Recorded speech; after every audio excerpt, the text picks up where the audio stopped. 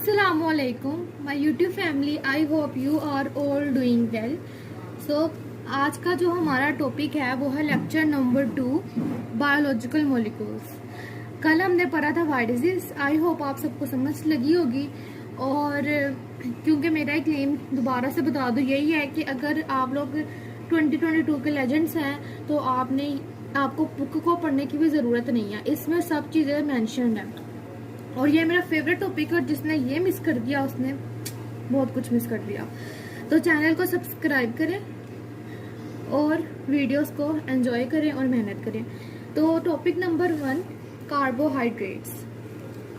What are carbohydrates?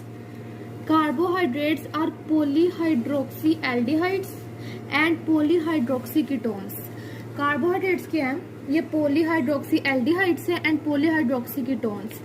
Polyhydroxy मतलब कि इनके पास बहुत ज्यादा हाइड्रोक्सल ग्रुप्स हैं और एल्डिहाइड्स हैं। एल्डिहाइड्स क्या होता है? C+O, ये एल्डिहाइड का फॉर्मूला है।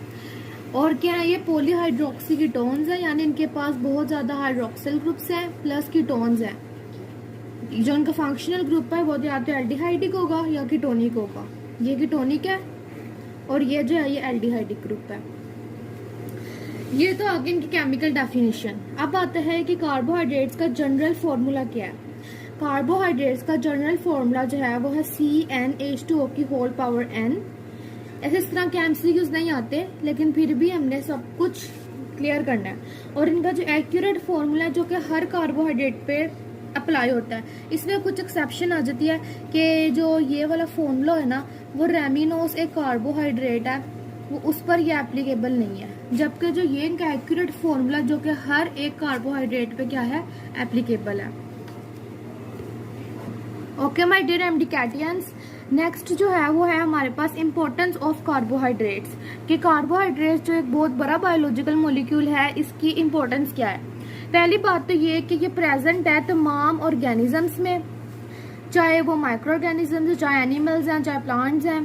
Present in all parts of cell, cell के हर हिस्से में मौजूद, हर ऑर्गेनेली में मौजूद है। थर्ड क्या है? Form cell walls of organisms. ये ऑर्गेनिजम्स की सेल वॉल बनाता है। जैसे अगर हम प्लांट्स की बात करें तो प्लांट्स में जो कार्बोहाइड्रेट है दैट इज सेलुलोज, जो कि सेल वॉल बना रहा है। एनिमल्स में सेल वॉल होती नहीं है। बैक्टीरिया में जो कार्बोहाइड्रेट है जो कि सेल वॉल बना रहा है वो है पेप्टिडो ग्लाइकन। और फंजाई में जो सेल वॉल बन रही है वो कौन सा कार्बोहाइड्रेट है? That is chitin. यहाँ तक होगी कार्बोहाइड्रेट की इंपॉर्टेंस। आगे क्या इंपॉर्टेंस में है कि कार्बोहाइड्रेट से हमें क्या मिलती है? एनर्जी मिलती है, क्योंकि ये मॉलिक्यूल्स जब टूटते हैं तो हमें एनर्जी देते हैं। और ये जो कार्बोहाइड्रेट्स हैं ये दूसरे मॉलिक्यूल्स के साथ मिलकर कॉन्जुगेटेड मॉलिक्यूल्स बनाते हैं। जैसे जब ग्लूकोज प्रोटीन्स के साथ मिला तो उसने ग्लाइकोप्रोटीन्स बना दी, ग्लूकोज लिपिड्स के साथ मिला तो उसने ग्लाइकोलिपिड्स बना दिए। इस तरह और भी अगर लिपिड्स हैं प्लस प्रोटीन्स तो वो लिपोप्रोटीन्स बनती हैं। ये कार्बोहाइड्रेट तो नहीं है, लेकिन ये कॉन्जुगेट मॉलिक्यूल है लिपोप्रोटीन्स। फिर आता है सोर्स ऑफ कार्बोहाइड्रेट्स। के कार्बोहाइड्रेट्स का सोर्स क्या? हम कार्बोहाइड्रेट्स कहाँ से हासिल कर सकते हैं? ग्रीन प्लांट्स हम कार्बोहाइड्रेट हासिल करते हैं। उसके अलावा फोटोसिंथेसिस का जब प्रोसेस होता है प्लांट्स में तब भी हमें कार्बोहाइड्रेट मिलती है। कैसे? कार्बन डाइऑक्साइड प्लस वाटर मिलके बनाते हैं ग्लूकोज प्लस ऑक्सीजन। तो ये जो प्रोसेस है फोटोसिंथेसिस का, उसके थ्रू हमें क्या मिल रहा है? कार्बोहाइड्रेट मिल रहा है। उसके बाद है हमारे पास पॉइंट के storage form of carbohydrates. Carbohydrates कहाँ पे स्टोर होते हैं? प्लांट्स में कार्बोहाइड्रेट स्टोर होते हैं in the form of starch, और एनिमल्स में कार्बोहाइड्रेट स्टोर होते हैं in the form of glycogen. और मोस्टली ग्लाइकोजन हमारे लीवर में और मसल्स में प्रेजेंट होता है, जो कि बाद में ग्लूकोज में कन्वर्ट होता है और एनर्जी देता है। तो यहाँ तक हमने देखा कार्बोहाइड्रेट्स, उनकी इंपॉर्टेंस, जनरल फॉर्मूला और उनके सोर्स। अब 3 तरह के कार्बोहाइड्रेट्स हैं। एक मोनोसेक्राइड्स, ओलिगोसेक्राइड्स एंड पॉलीसेक्राइड्स। सबसे पहले उनका जो है वो डिफरेंस पढ़ते हैं, जिनमें से बहुत ज्यादा MCQs आते हैं, और उसके बाद उनको इंडिविजुअली डिस्कस करेंगे। तो सबसे पहले है इनके नेम। मोनोसेक्राइड्स जो है इनको सिंपल शुगर्स कहा जाता है, ओलिगोसेक्राइड्स जो है इनको कॉम्प्लेक्स शुगर कहा जाता है, और पॉलीसेक्राइड्स को मोर कॉम्प्लेक्स शुगर कहा जाता है। टेस्ट, मोनोसेक्राइड्स स्वीट होते हैं टेस्ट में, ओलिगोसेक्राइड्स लेस स्वीट होते हैं, और पॉलीसेक्राइड्स टेस्ट लेस है। फॉर्मूला, मोनोसेक्राइड्स का जनरल फॉर्मूला CnH2 की whole power n is the number of carbon atoms. Oligosaccharides का CnH2 की whole power n-1 and polysaccharides CxH2 की होल पावर y। सिर्फ आपने फॉर्मूला याद रखने हैं, इससे ज्यादा कुछ भी नहीं आपके लेवल पे। फिर आता है हाइड्रोलिसिस। हाइड्रोलिसिस का मतलब क्या होता है? Break down in the presence of water. तो जब हाइड्रोलिसिस होती है, मोनोसेक्राइड्स तो वैसे सिंपलेस्ट शुगर्स है, ये हाइड्रोलिसिस करते ही नहीं है। ओलिगोसेक्राइड्स हाइड्रोलिसिस करते हैं और पॉलीसेक्राइड्स भी हाइड्रोलिसिस करते हैं। और जब ओलिगोसेक्राइड्स हाइड्रोलिसिस करते हैं तो ये हमें 2 से लेकर 7 यूनिट्स देते हैं मोनोसेक्राइड्स के, और जब पॉलीसेक्राइड्स की हाइड्रोलिसिस होती है तो ये हमें 1000 यूनिट्स देते हैं किसके? मोनोसेक्राइड्स के। क्लासिफिकेशन, मोनोसेक्राइड्स की क्लासिफिकेशन होती है on the basis of number of carbon atoms, कि ट्रायोसिस है, टेट्रोसिस है, पेंटोसिस है, हेक्सोसिस है। और ओलिगोसेक्राइड्स की क्लासिफिकेशन होती है कि ये हाइड्रोलिसिस पर हमें मोनोसेक्राइड्स के कितने यूनिट्स देंगे। और पॉलीसेक्राइड्स की क्लासिफिकेशन होती है उनके स्ट्रक्चर को देखकर, उनकी कॉम्प्लेक्सिटी को देखकर, क्योंकि वो बहुत ज्यादा कॉम्प्लेक्स है। Solubility in water, monosaccharides more soluble है वाटर में, like glucose, fructose, ribose. Oligosaccharides less soluble है एंड पॉलीसेक्राइड्स इनसोल्यूबल है। मोनोसेक्राइड्स रिड्यूसिंग शुगर्स हैं, ओलिगोसेक्राइड्स रिड्यूसिंग शुगर हो भी सकती हैं और नॉन रिड्यूसिंग शुगर भी हो सकती हैं, जबकि पॉलीसेक्राइड्स नॉन रिड्यूसिंग शुगर्स हैं। रिड्यूसिंग का मतलब आप जानते होंगे केमिस्ट्री में, जो दूसरों को ऑक्सीडाइज रिड्यूस करें और खुद को ऑक्सीडाइज करें। अब हम इसको इंडिविजुअली पढ़ें तो मोनोसेक्राइड्स जो हैं वो कंसिस्ट करते हैं 3 to 7 कार्बन एटम्स पर। जैसा कि मैंने प्रीवियसली बताया कि इनकी क्लासिफिकेशन होती है on the number of carbon atoms they have.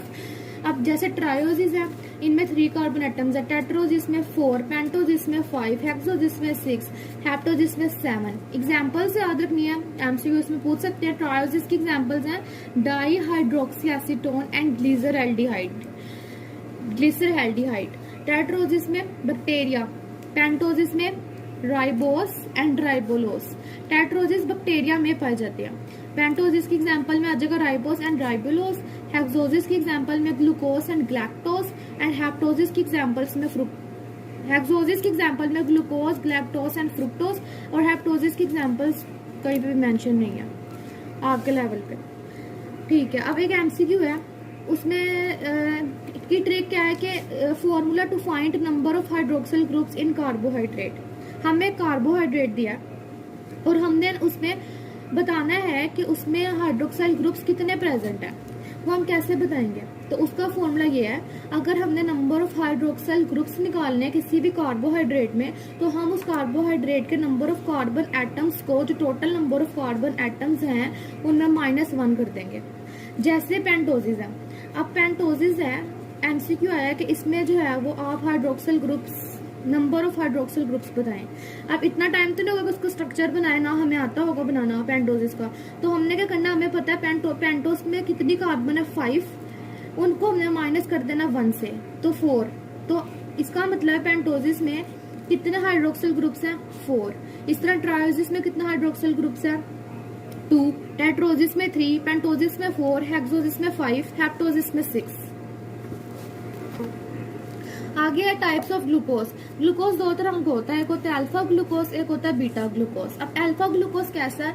अगर कार्बन के ऊपर हाइड्रोजन है और नीचे हाइड्रोक्साइल ग्रुप है तो ये हो जाएगा अल्फा ग्लूकोज। अगर बीटा ग्लूकोज है उसको हम कैसे पहचानेंगे?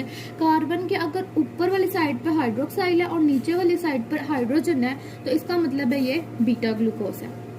कुछ MCQs, glucose present in free state. Glucose जो है वो फ्री स्टेट में प्रेजेंट होता है, अबंडेंटली प्रेजेंट होता है फिक्स में, अंजीर में, डेट्स में, खजूरों में एंड ग्रेप्स में। The amount of glucose present in human blood, most important MCQ। Human blood में ग्लूकोज की मिकदार कितनी है, कितनी क्वांटिटी है? 0.08%। अगर हम एनर्जी के लिहाज से देखें तो 10 ग्राम ग्लूकोज से हमें 7.6 किलो कैलोरीज एनर्जी मिलती है। तो 1 ग्राम से कितनी मिलेंगी? इस पॉइंट को आगे ले जाए, 7.176 किलो कैलोरीज एनर्जी मिलेंगी।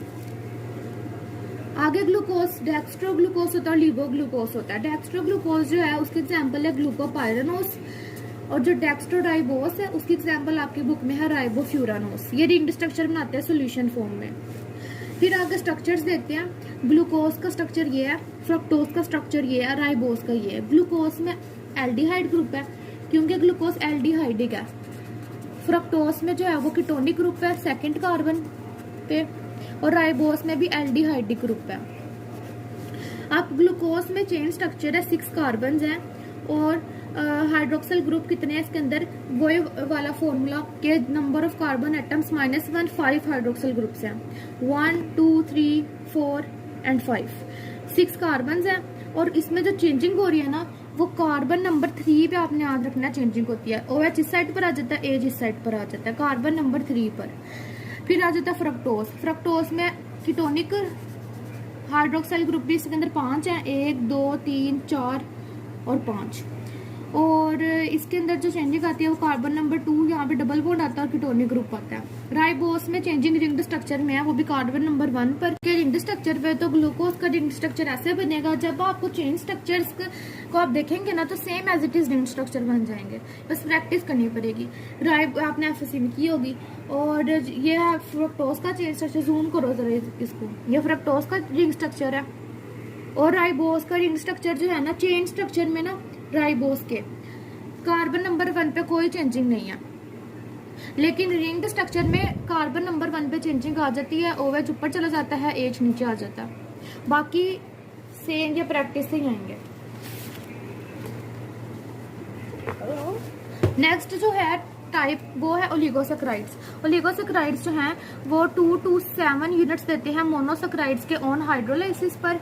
अब इनकी टाइप्स क्या है ओलिगोसैकेराइड्स की, disaccharides, trisaccharides, tetrasaccharides and polysaccharides. Most important are disaccharides. अब डाइसैकेराइड्स कौन कौन से हैं, that are maltose, lactose, sucrose. Maltose जो है वो जो है ब्रेड शुगर है, लैक्टोज जो है वो मिल्क शुगर है, और सक्रोज जो है वो केन शुगर है। अब देखना क्या है कि माल्टोज किससे मिलकर बनता है। माल्टोज ये बहुत इंपॉर्टेंट है। माल्टोज जो है वो अल्फा ग्लूकोज और के 2 मॉलिक्यूल से मिलकर बना होता है। और अल्फा ग्लूकोज क्या होता है, जिसके ऊपर हाइड्रोजन और नीचे OH हो, this is alpha glucose structure. तो माल्टोज 2 अल्फा ग्लूकोज से मिलकर बना है। लैक्टोज 1 बीटा ग्लूकोज और 1 बीटा ग्लैक्टोज से मिलकर बना है। सक्रोज जो कि केन शुगर है, 1 अल्फा ग्लूकोज और 1 बीटा फ्रक्टोज से मिलकर बना है। अब देखते हैं ग्लाइकोसिडिक लिंकेजेस। माल्टोज जो है इसकी ग्लाइकोसिडिक लिंकेजेस है अल्फा 1 से 1 to 4। बस आपने ये क्रैम कर लेनी है, याद रख लेनी है। लैक्टोज उसकी ग्लाइकोसिडिक लिंकेज है बीटा 1 to 4। सक्रोज इसकी ग्लाइकोसिडिक लिंकेज है अल्फा 1 से 2। सक्रोज के आगे मैं एग्जांपल भी दूंगी कि किस तरह इसकी ग्लाइकोसिडिक लिंकेज अल्फा 1 to 2 है।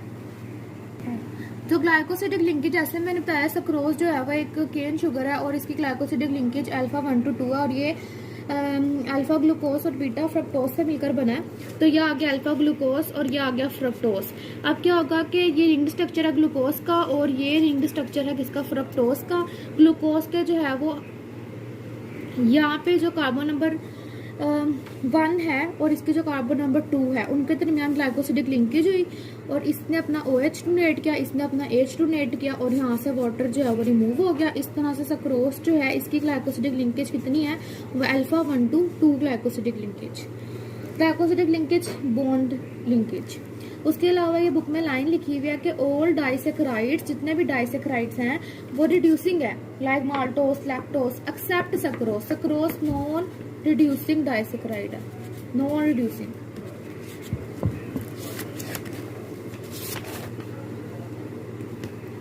Polysaccharides. Polysaccharides most complex, most abundant जो है वो टाइप है किसकी, कार्बोहाइड्रेट्स की। पॉलीसैकेराइड्स को हम 2 हिस्सों में डिवाइड करते हैं, एक होमोपॉलीसैकेराइड्स और एक हेट्रोपॉलीसैकेराइड्स। होमोपॉलीसैकेराइड्स में आते हैं स्टार्च, ग्लाइकोजन, सेलुलोज, चाइटिन, जबकि हेट्रोपॉलीसैकेराइड्स में एगर, पैक्टिन, डेक्स्ट्रिन एंड पेप्टिडोग्लिकन। सिर्फ नेम्स याद रखेंगे।